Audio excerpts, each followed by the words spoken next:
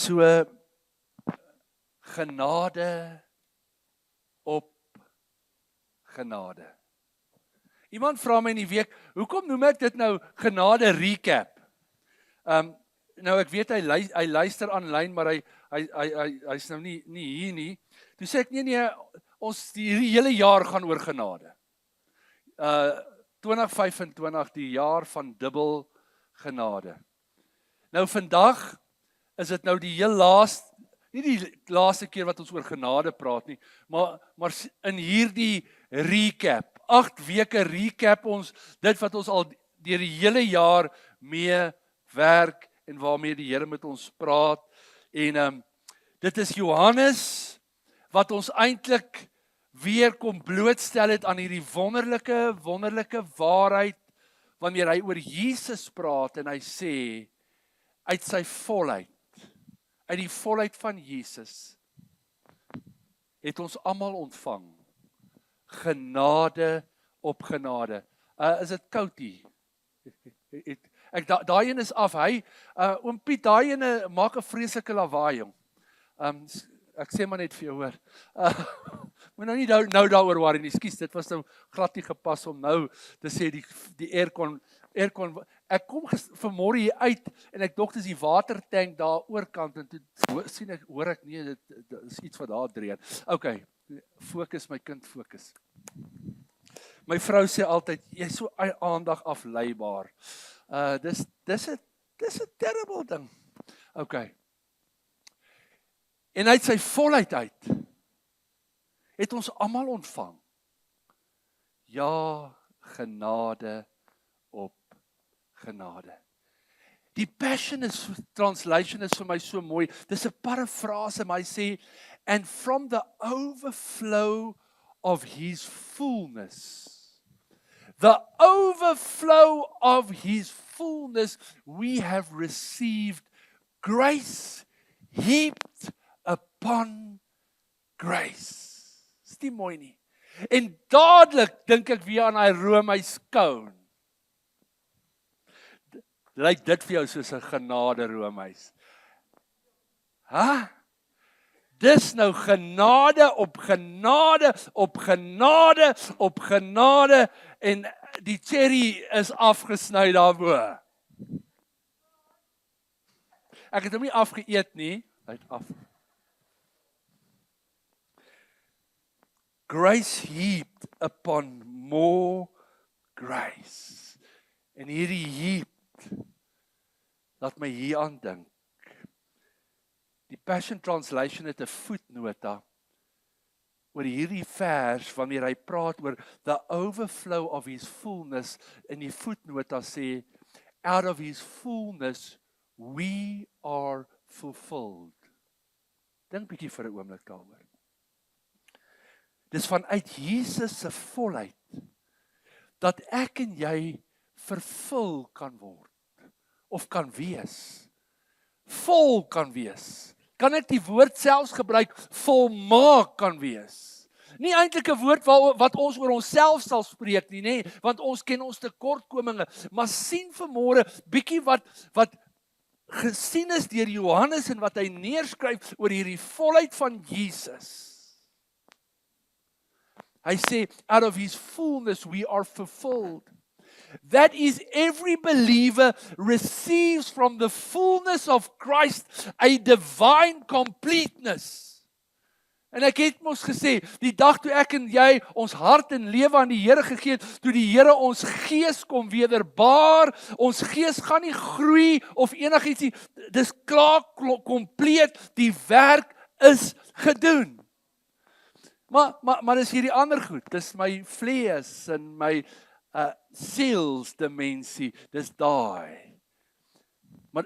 But it's complete. We are given from him whatever each requires for the perfection of his character and for the fulfillment of his life's purposes. So deur Jesus Christus ontvang ons wat ons nodig het, sodat sy karakter in ons volmaak kan word, en sodat elkeen van ons roeping in hom kan uitleef. Dis klaar gedoen. Jesus het dit klaar aan die kruis bewerk. God het klaar 'n prentjie oor jou lewe.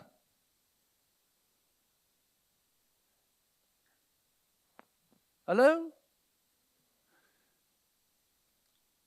'n Volmaakte prentjie in sy volheid.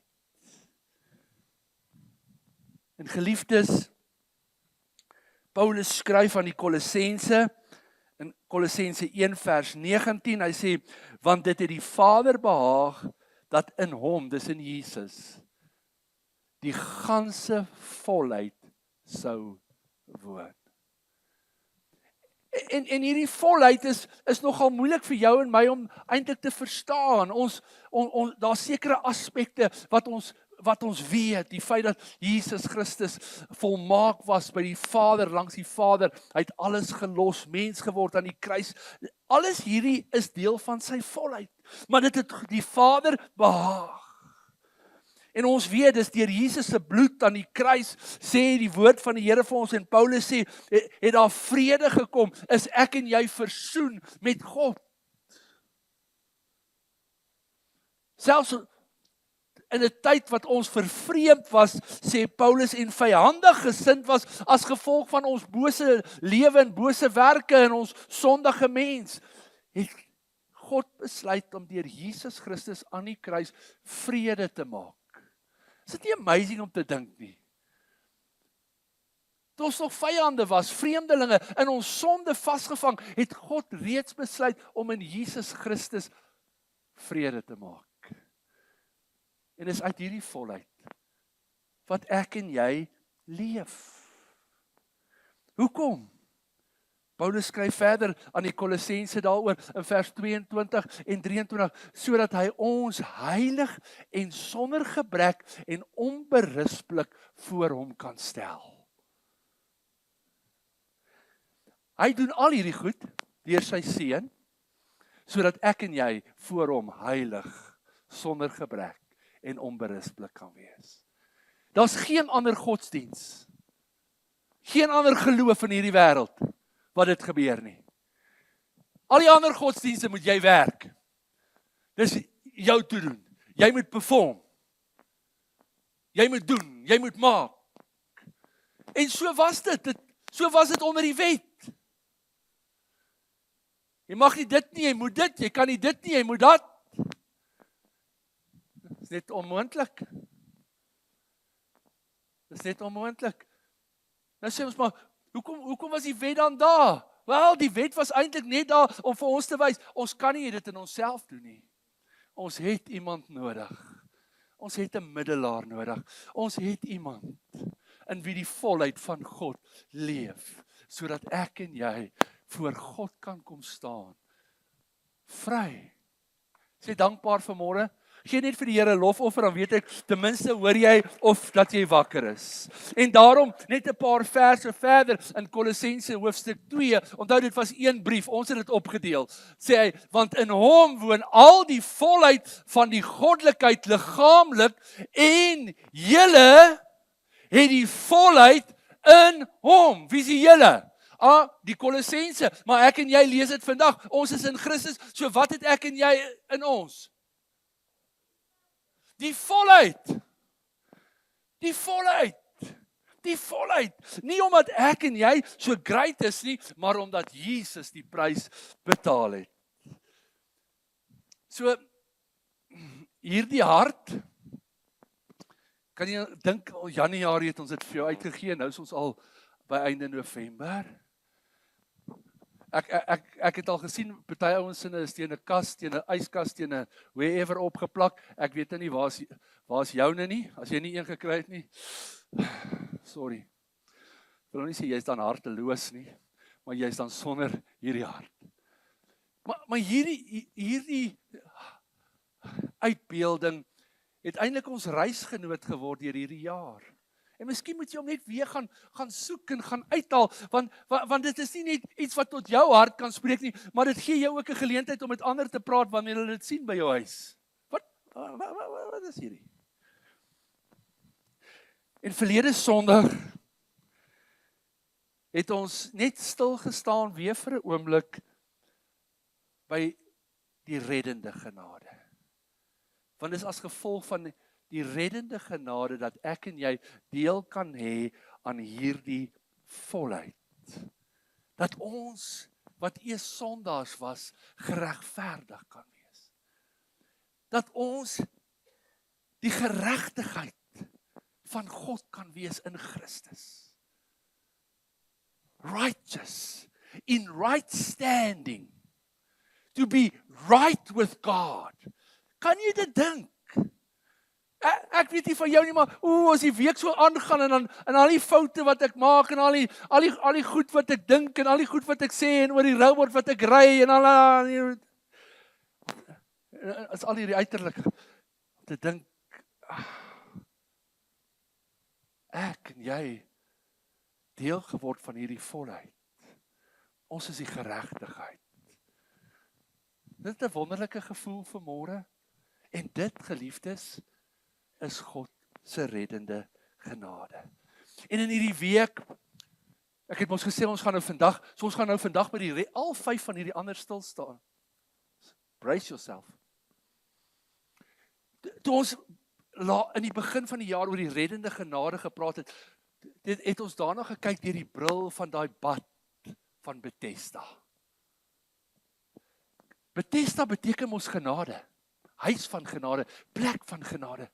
En ek wil nou nie weer in detail alles oor praat nie, maar kan jy dink, as mense daar gelê het met hulle siektes en hulle toestande, het hulle alles beleef behalwe genade. En Jesus daag op 'n dag daarop, en daar's een man wat 38 jaar al daar lê, ons weet nie wat sy naam is nie, wat sy van en waar hy vandaan kom nie, al wat ons weet, vir 38 jaar lê hy by hierdie bad verlam.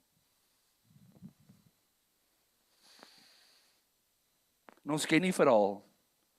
En almal wat daar gelê het gelê met die hoop op redding, maar Jesus kies hierdie een man uit. En hierdie waters, weet ek en jy, het net periodiek was dit geroer, en die ou wat eerste was, hy het genesing ontvang.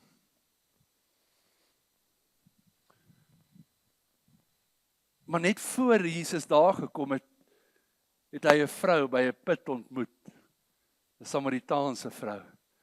En daar het hy vir haar vertel van 'n bron van water, wat onophoudelik vloei en roer. En by hierdie bad kom Jesus, en daar openbaar hy sy reddende genade aan hierdie man wat vir 38 jaar verlam daar lê. En wat sê dit vir ons? Dat daar 'n stroom van reddende genade is wat nooit ophou vloei nie. God se genade, God se reddende genade is nog steeds daar vir mense.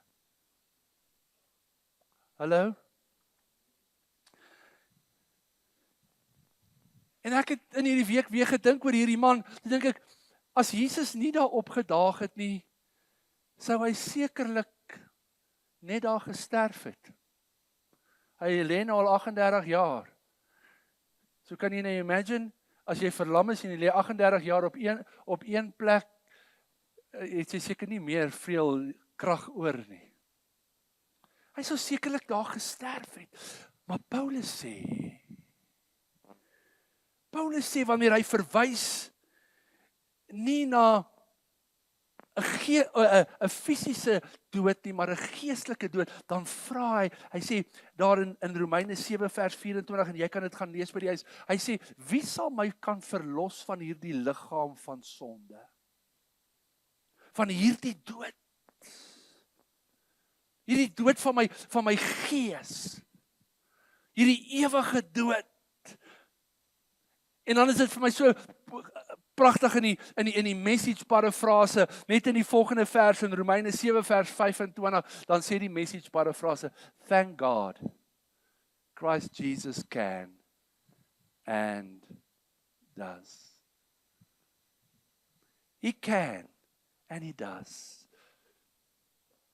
Dis Paulus wat vir ons sê, en onthou ons doen nou vanmôre 'n recap, al hierdie goed wat ek vanmôre sê, het ek net so in hierdie week weer uitgehaal, uit al hierdie preke uit. Hy sê, ons was dood in ons sonde en in ons misdade.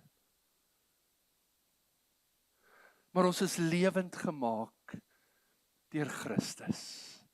Want in hom woon die volheid van die Godheid liggaamlik. Die water word nie net periodiek geroer nie, die lewenswater vloei, hierdie reddende genade. Thank God, Jesus Christ can and he does.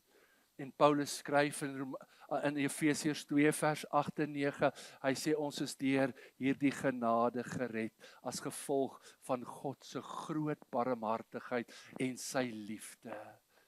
Is dit nie amazing om te dink dat ons so groot en 'n wonderlike God dien, 'n God wat vol barmhartigheid en liefde is nie? Ek wonder, Anne Lamott, en ek weet nie wie sy is nie, ek het net dit raak gelees eendag, waar sy gesê het, I don't understand the mystery of grace. Ons hoef dit nie te verstaan nie. Ons moet dit net aanvaar. Die feit dat ek en jy vanmôre hier sit is genade. Dis nie ons eie toedoen nie. Dis nie ons eie toedoen nie. God se plan. In die week praat ek en Bernadette weer daaroor en sy share net weer bietjie vlugtig oor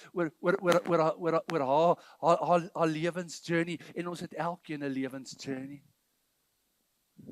Dan dink jy, ja, Here, my lewe het 'n paar wille, snaakse, vreemde draaie, ongemaklike goed wat ek moes beleef en ervaar. I don't understand the mystery of grace, only that it meets us where we are and does not leave us where it found us.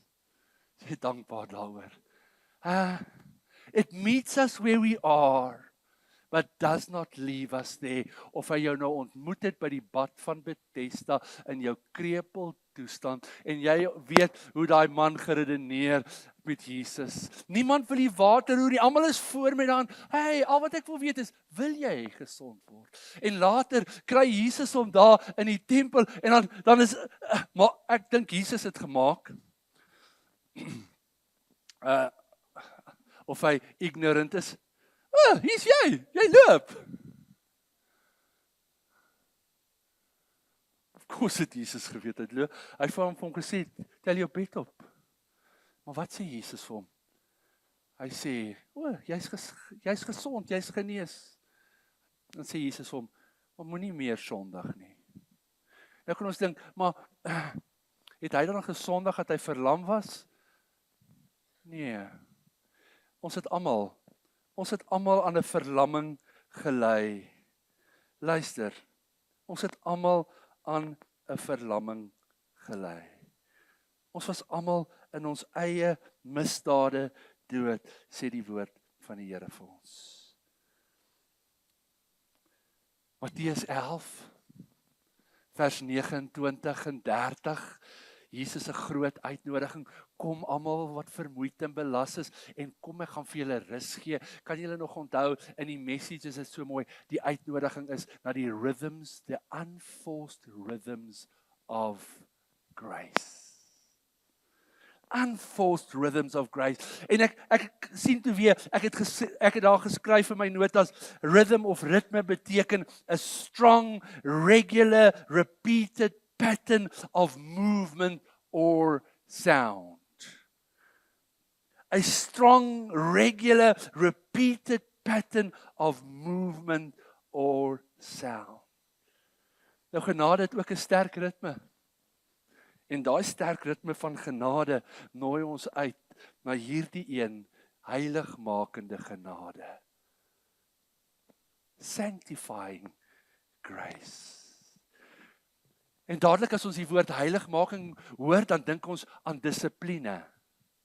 Jy weet, ek moet vir sekere goed nee sê, en vir sekere goed moet ek ja sê, en dis baie keer moeilik om nee te sê vir sekere goed.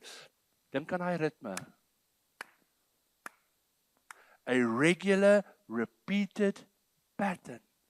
En baie keer is ons default om maar terug te val in ons ou patroon, ons ou manier, maar as jy nie vanmôre dankbaar dat daar iets is soos heiligmakende genade, God se genade wat ons help.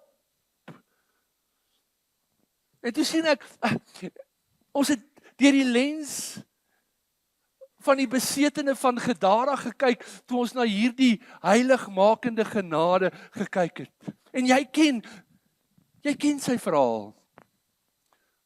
Ons weet nie hoe hy besete geraak het nie. Al wat ons weet is en lees is oor sy pyn en sy seer en oor daai wonderlike dag toe Jesus sy pad langs gekom het en hom vrygemaak het.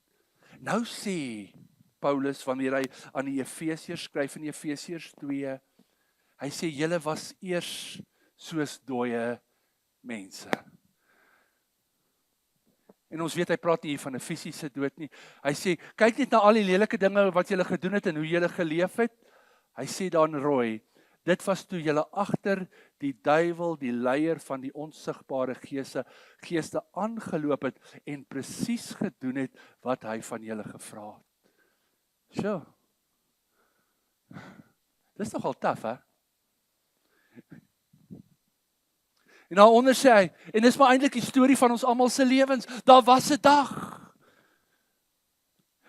Daar was 'n dag wat ons nie eintlik vir onsself gekies het nie, maar ons het net gevolg. En ons het die verkeerde pad gevat. En jy sê, ek het nooit vir die duiwel geluister nie. Wel, soos as ek my eie kop gevolg het en my eie wil en my eie drange en begeertes en dan het ek maar blindelings agterna geloop.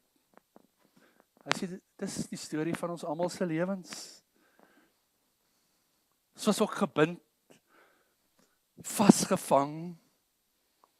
Maar dank God, daar was 'n dag toe Jesus ons pad langs ook gekom het en ons bevry het deur sy groot genade. En dis Paulus se woorde aan Titus wat sê, dis hierdie reddende genade, hierdie einste genade wat ons leer. En kyk hoe mooi is dit in die Passion. Hy sê, the same grace teaches us how to live each day. Grace that teaches us how to live each day. Hy leer ons, as we turn our backs on ungodliness and indulgent lifestyles, and it equips us to live self-controlled, upright, godly lives in this present age. Ja, heiligmaking is nie eintlik moeilik nie. Veral wanneer ek daarna toe kyk of daarna kyk in die lig van God se genade. Dat sy genade my help to live righteously, upright, om nee te sê vir dit wat verkeerd is en ja te sê vir dit wat reg is. Is jy dankbaar vir genade? Okay, sê net iets. Okay, dankie. So grace, the same grace teaches us. Hy red ons nie net nie, hy leer ons. Partykeer is wens ek het bietjie onderwysers gehad wat bietjie meer gracious was. Maar die wat ons bietjie gehelp het, was ook dalk miskien bietjie gracious, want ek was bietjie bang, jy weet, so ek het bietjie geleer in daai wetenskapklas. Gracious.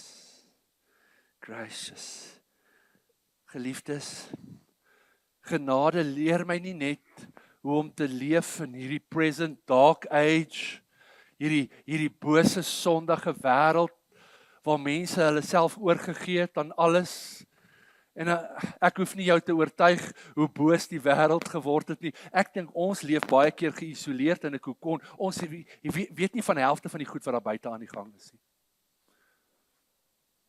Want ons hou ons nie daarmee op nie. Ek wil jou sê die wêreld daar buite is vrot en siek. Maar nie net help genade ons om in heiligmaking te leef nie. Genade versterk ons ook. There's strengthening grace. There's strengthening grace. Kan jy nog onthou? Toe ons daarna gekyk het, miskien kan jy nie onthou nie. Dis okay, ek help jou vanmôre om te onthou. Die verhaal van die Kananeese vrou, Kanaanitiese vrou met 'n dogtertjie wat ook besete was. Kan jy onthou? En sy kom pleit by Jesus. Sy's 'n vrou. Sy's 'n heiden. Sy kom pleit by Jesus. Jesus se disippels word vererg. Hulle is ergerlik en hulle vra op 'n stadium vir Jesus, maak net 'n plan. Hierdie vrou maak ons moeg, man. Die message parafrase van Matteus 15 vers 23 is nou nie op die bord nie. Sê she's driving us crazy. Sy nag. Sy hou nie op nie. En dan draai Jesus om en dan sê hy vir haar, ek kan nou nie eintlik die brood van die kinders vir die honde gee nie. Nou, ons het ook 'n hond, maar hy dink hy's 'n mens. Maar hier was dit 'n ander verwysing. Iemand wat beskou was as 'n hond, was 'n hond.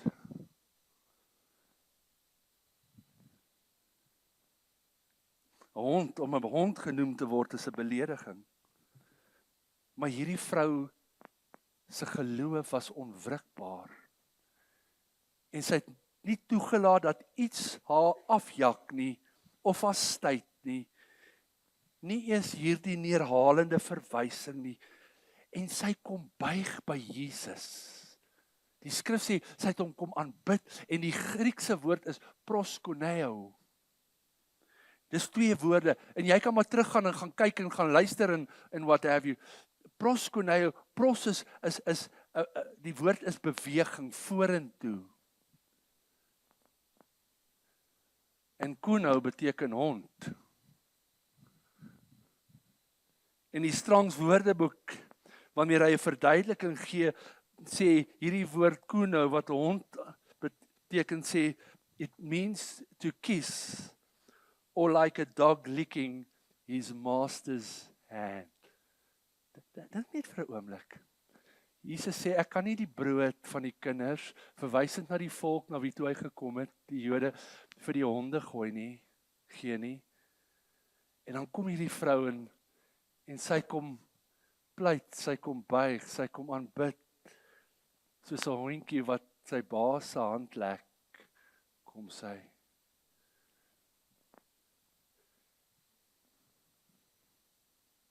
En dan sê Jesus, Matteus 15 vers 28, nadat sy vir hom gesê het, maar meneer, die hondjies eet dan ten minste van die krummels wat van die baas se tafel afval. Hoor wat sê Jesus vir haar? Groot is jou geloof.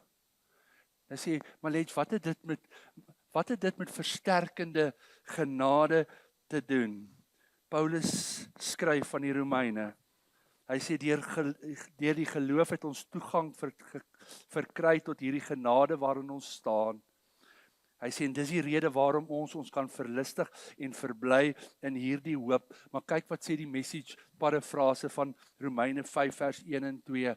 Hy sê by entering through faith into what God has always wanted to do for us, we find ourselves standing where we've always hoped we might stand. Dink nou aan hy vrou se proskuneo.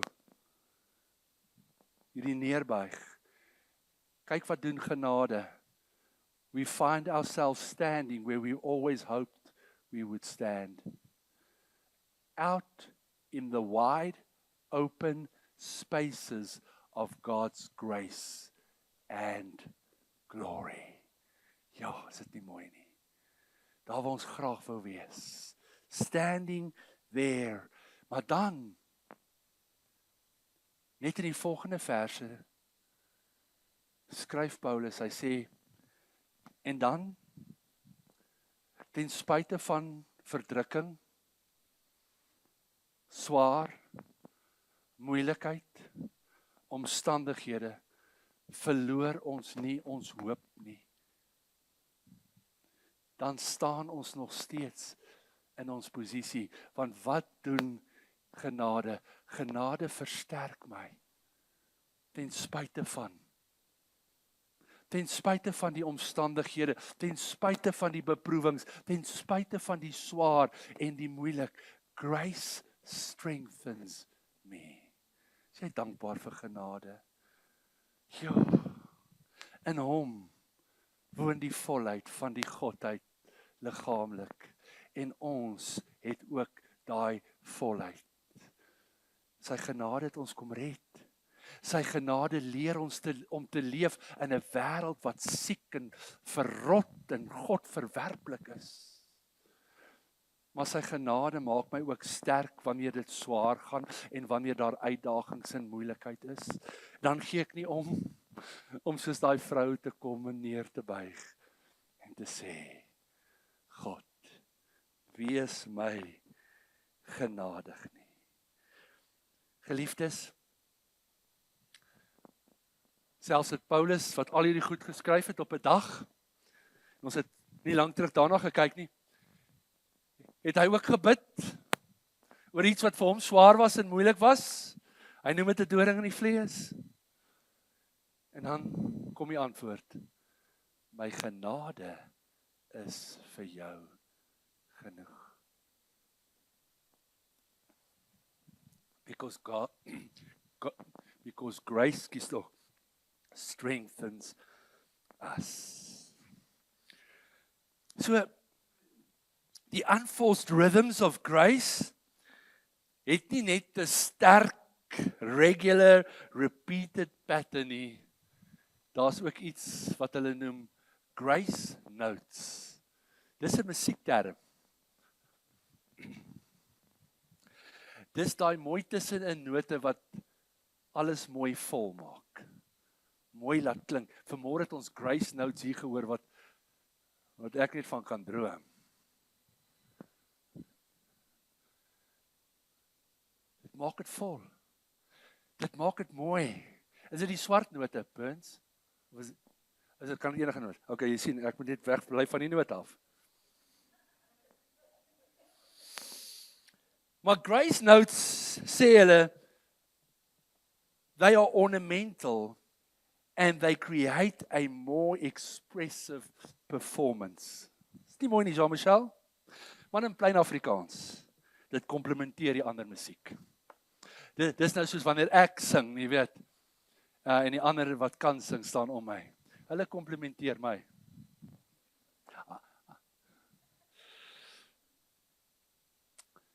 Geliefdes, die genade wat ek en jy ontvang het sonder verdienste, nooi ons ook eintlik uit om grace notes te wees. En daar's twee van hulle. Sharing grace and serving grace. Dis grace notes. Uit genade is ons gered deur die geloof. Dis 'n gawe van God sonder verdienste. Skryf Paulus aan die Efesiërs 2 vers 8 en 9. Maar dan sê hy in Efesiërs 2 vers 10, hy sê, want ons is sy maaksel. Wat het ons gemaak? Genade. want ons is deur die genade is ons gered deur die geloof. Dis 'n gawe van God. Dis nie deur verdienste nie, want dan kan ons daaraan roem, maar genade het ons gemaak, geskape in Jesus Christus tot wat? Tot goeie werke. To be grace notes. Dis my interpretasie daarvan. Wat God voorberei het, sodat ons daarin kan wandel. Grace notes. So genade nooi ons uit na hierdie sharing grace, hierdie uitdelende genade. En die Passion sê dit vir my so mooi in van Efesiërs 2 vers 10. Hy sê, and we have become his poetry. Ons ken ons almal gedigte. Gedigte het ritme, maar die woorde vloei ook so mooi. Het jy al 'n mooi gedig gelees? Dis mooi, die woorde vloei, daar's 'n ritme. Nou luister wat sê Paulus, hy sê, we have become his poetry. We are these grace notes, a recreated people that will fulfill the destiny he has given each of us, so we are joined to Jesus, the anointed one. Even before we were born, God planned in advance our destiny and the good works we would do to fulfill it. En hierdie goeie werke is nie in die plek van nie. Ons het al daaroor gepraat.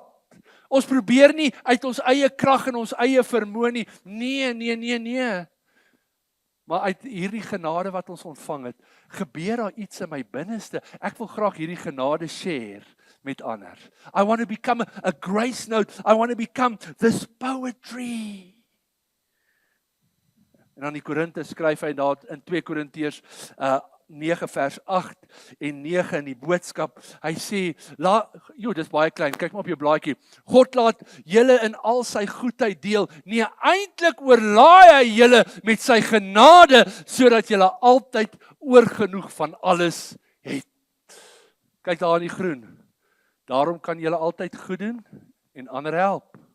Ja, julle lewe kan regtig oorloop van die vrygewigheid en goeie werke. Genade nooi my uit om te deel, want alles wat ek het en wat ek ontvang is genade. Hallo? En ons is gou geneig om onsself te vergelyk met ander, maar ons vergeet wat ons het.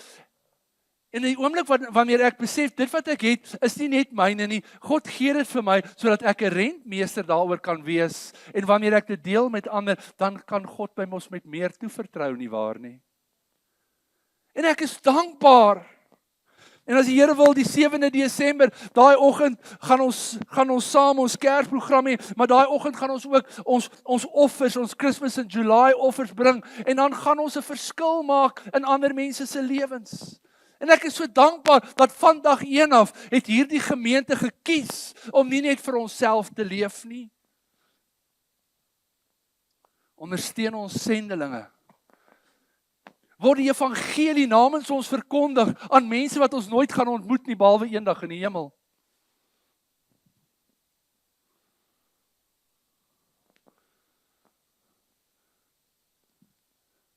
Maak ons ander se omstandighede beter. That's sharing grace. En hoekom doen ek dit? Omdat ek genade ontvang het.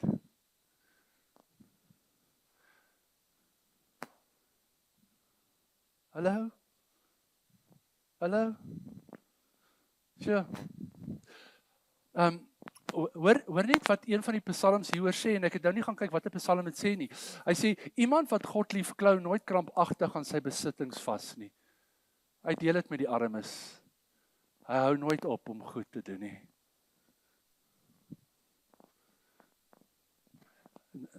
Hallo?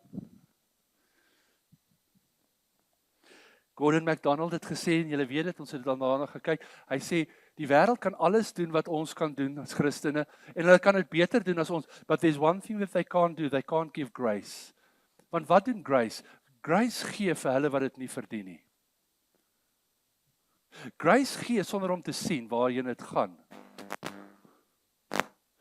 Grace gee sonder om 'n lyntjie daaraan vas te hou om te weet. Nee? That's grace. That's grace. So dit bring my by die laaste deel en ek is baie oor my nee, ons het lank gesing nie. Die laaste deel, serving grace. Ek is so bly om Tini is hier. Hy sal vir julle sê ons moet vasbyt. Serving grace. Serving grace en sharing grace is amper dieselfde, maar daar's 'n klein verskil. Serving grace.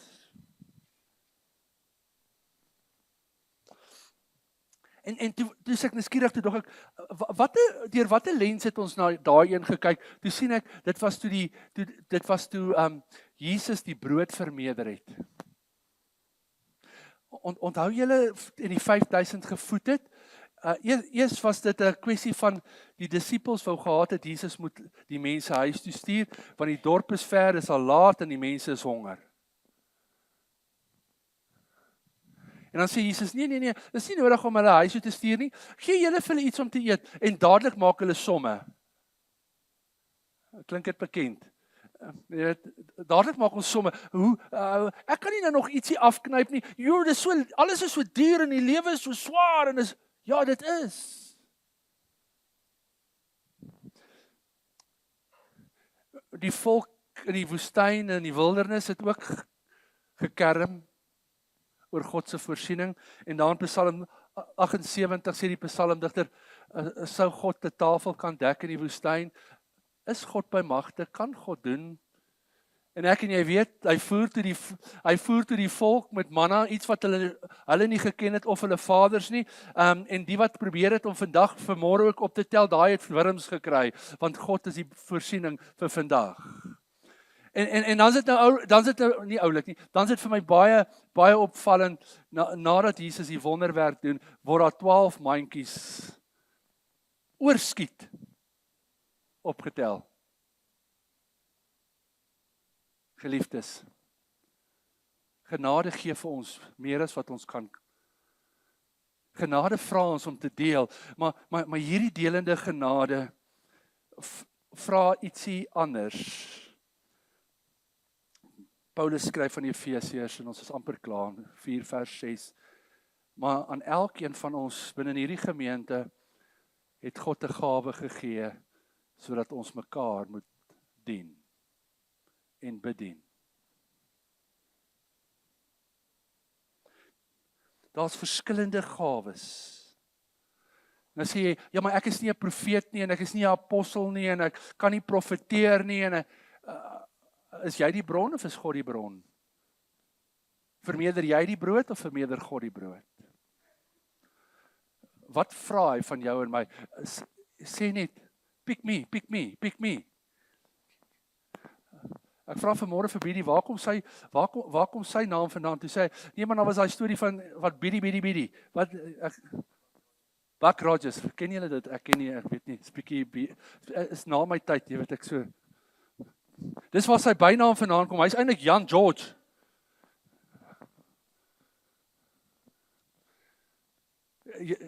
Ken jy die storie van Pick Me? Dit was mos die donkie. Wat is daai storie? Okay, gaan kyk, Google net bietjie van die, ek dink dit is daai storieetjie. Kom aan, Stefanie, jy ken mos al hierdie goeters. Ja, wat die donkie gesê het, pick me. Okay, maak nou nie saak nie, dis nou weer daai afleibaarheid. Okay. Shrek, is dit Shrek? Okay, hier kom dit hier so tussen die ouer is uit. Pick me. Just say pick me. Geliefdes. Maar daar's een dryfveer. Kom ek lees. Kyk net bietjie wat sê Efesiërs 4 vers 11 in die message, want dit was vir my so mooi. Hy sê, he handed out gifts to us all until we are all moving rhythmically, daar sê dankie, and easily with each other. Arithmetic en rhythmic, is dieselfde. Is dit nie mooi nie? efficient and graceful in response to God's Son. Fully mature adults, fully developed within and without, fully alive, like Christ. Maar daar's een dryfveer, sê Romeine 12 vers 9. Hy sê, let the inner movement of your heart always be to love one another. Paulus skryf, Galasiërs 2 vers 21, ek verwerp nie die genade van God nie. In die boodskap sê hy, ek kan nooit God se goedheid deur my vingers laat glip. Geliefdes, ons het begin met die senter, hart, elke deel van die legkaart hierdie jaar bymekaar gesit, en dit bring ons weer by die hart uit. Genade is 'n hartsaak. Want ek moet aanvaar eerstens dat God my hart verander. God my lewe verander. God my hart versterk. God my hart nuut maak, sodat ek nie net vir myself kan leef nie. God my in 'n geloofsgemeenskap, in 'n geestelike familie plaas, en vir my sê, ek moet daar wees, ook verander. Genade is 'n hartsaak. En mag 2025 nie net die jaar van genade wees nie. Mag dit ook 'n jaar wees wat God ons harte kom verander het. Ons verkoop het. Om net anders te kyk na hierdie groot God wat ons dien. En watter een van hierdie areas het jy nog genade nodig? Ek het in al hierdie areas nog genade nodig. Behalwe die reddende genade, want dis afgehandel. But I need grace.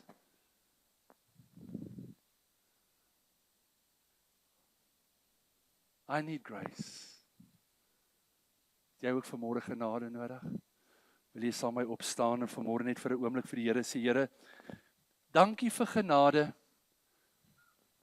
We are not just called to receive grace. We are called to live graciously. Net daar waar jy staan vanmôre, praat vir 'n oomblik net met die Here, dan bid ons saam.